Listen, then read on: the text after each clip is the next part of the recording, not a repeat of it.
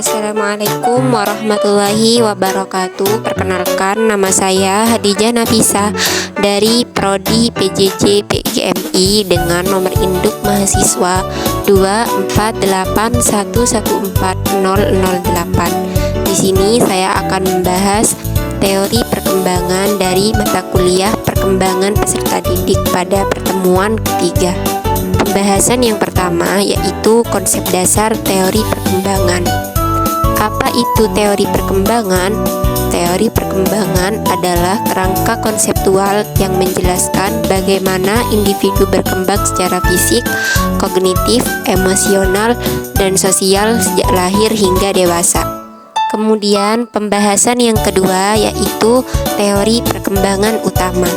Yang pertama yaitu teori psikoseksual yang dikemukakan oleh Sigmund Freud. Menurutnya, perkembangan kepribadian dipengaruhi oleh dorongan biologis dan pengalaman masa kecil. Terdapat 5 tahapan teori psikoseksual. Yang pertama yaitu tahapan oral. Tahapan ini muncul pada saat baru lahir sampai usia 1 tahun, yaitu kepuasan melalui mulut, di mana libido bayi atau bawaan untuk mencari kesenangan terfokus pada mulut. Tahap yang kedua yaitu tahapan anal, dari usia 1 sampai 3 tahun, kontrol atas eliminasi.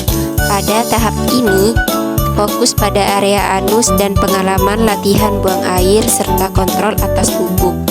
Kemudian tahap yang ketiga yaitu tahapan falik dari usia 3 sampai 6 tahun.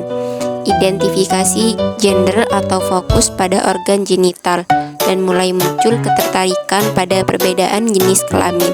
Tahap yang keempat yaitu tahap laten dari usia 6 sampai pubertas. Fokus pada perkembangan sosial dan dorongan seksual cenderung tertekan. Tahap yang kelima yaitu tahap genital, kematangan seksual. Munculnya kembali dorongan seksual yang matang dan diarahkan pada hubungan heteroseksual yang sehat. Kemudian teori yang kedua yaitu teori perkembangan kognitif yang dikembangkan oleh Jean Piaget. Piaget berpendapat bahwa anak-anak belajar melalui interaksi dengan lingkungan dan mengalami perubahan kognitif secara bertahap. Tahapan yang pertama yaitu sensori motor, belajar melalui indera dan gerakan. Selama periode ini, bayi mengembangkan pemahaman tentang dunia melalui koordinasi pengalaman sensorik, melihat dan mendengar, dan juga dengan tindakan motorik, menggapai dan menyentuh. Mereka mengembangkan pemahaman tentang objek permanen dan mulai memahami bahwa benda-benda tetap ada meskipun tidak terlihat. Kemudian tahap yang kedua, tahap praoperasional, pemikiran simbolis dan egosentrisme. Anak-anak mulai menggunakan bahasa atau simbol untuk merepresentasikan objek dan gagasan. Mereka mulai berpikir secara egosentris, tetapi memiliki keterbatasan dalam berpikir logis. Contohnya, anak-anak dapat mengklasifikasikan objek menggunakan satu ciri, seperti mengumpulkan semua benda warna merah walaupun bentuknya berbeda, atau mengumpulkan benda yang berbentuk bulat walaupun warnanya beda. Yang ketiga, tahap operasional konkret. Tahapan ini muncul dari usia 6 sampai 12 tahun, yaitu pemikiran logis tentang hal konkret, di mana anak-anak mulai berpikir secara logis tentang hal-hal konkret. Mereka dapat memahami konsep konservasi, klasifikasi, dan pengukuran. Tahap yang keempat yaitu operasional formal. Tahapan ini muncul pada usia 12 tahun ke atas atau kematangan seksual. Remaja dan orang-orang dewasa dapat berpikir secara abstrak dan hipotesis. Mereka dapat memecahkan masalah yang kompleks dan memahami konsep-konsep ilmiah. Kemudian yang ketiga, teori perkembangan sosial yang dikembangkan oleh Lev Vygotsky.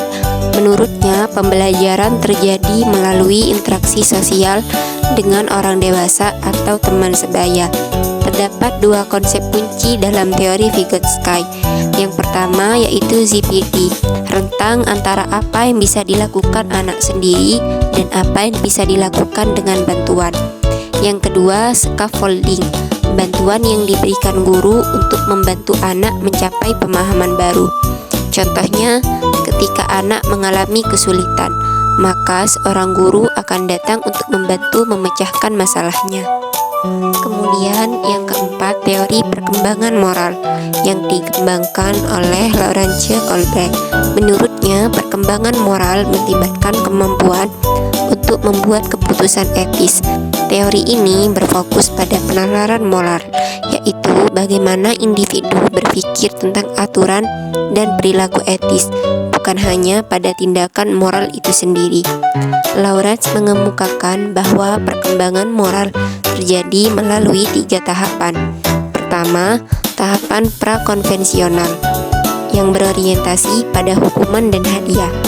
Pada tahapan ini, anak-anak cenderung patuh untuk menghindari hukuman, dan mereka berpikir bahwa tindakan yang benar adalah yang untung bagi mereka. Kemudian yang kedua, konvensional, berorientasi pada norma sosial. Anak-anak berpikir bahwa tindakan yang benar adalah yang mematuhi hukum dan aturan sosial. Kemudian yang ketiga, tahap pasca konvensional yang berorientasi pada prinsip moral universal. Tindakan yang benar adalah yang didasarkan pada prinsip etika universal seperti keadilan, kesetaraan, dan hak asasi manusia. Bertindak sesuai dengan hati nurani dan prinsip-prinsip moral yang diyakini. Teori ini lebih berfokus pada proses berpikir di balik keputusan moral daripada tindakan moral itu sendiri. Perkembangan moral dipengaruhi oleh kematangan kognitif dan pengalaman sosial individu. Kemudian yang kelima, teori perkembangan emosional yang dikembangkan oleh Erik Erikson. Menurutnya, setiap tahap perkembangan memiliki krisis psikososial yang harus diselesaikan. Teori ini menjelaskan bagaimana interaksi sosial dan pengalaman individu membentuk kepribadian mereka sepanjang hidup. Erikson mengidentifikasikan 4 tahap perkembangan emosional dengan masing-masing konflik utama. Tahapan utama yaitu kepercayaan versus ketidakpercayaan.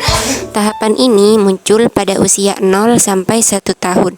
Pada tahapan ini, bayi mulai belajar untuk mempercayai orang lain, terutama orang tua yang merawatnya.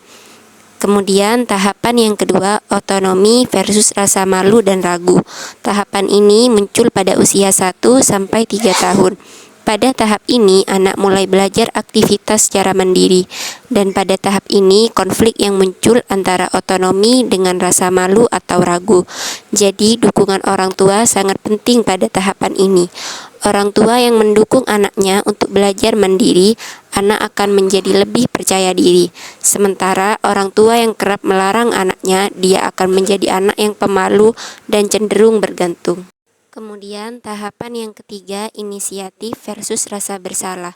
Tahapan ini berlangsung ketika anak berusia 3 sampai 6 tahun, di mana pada tahap ini sudah muncul inisiatif untuk bermain atau berinteraksi dengan orang lain.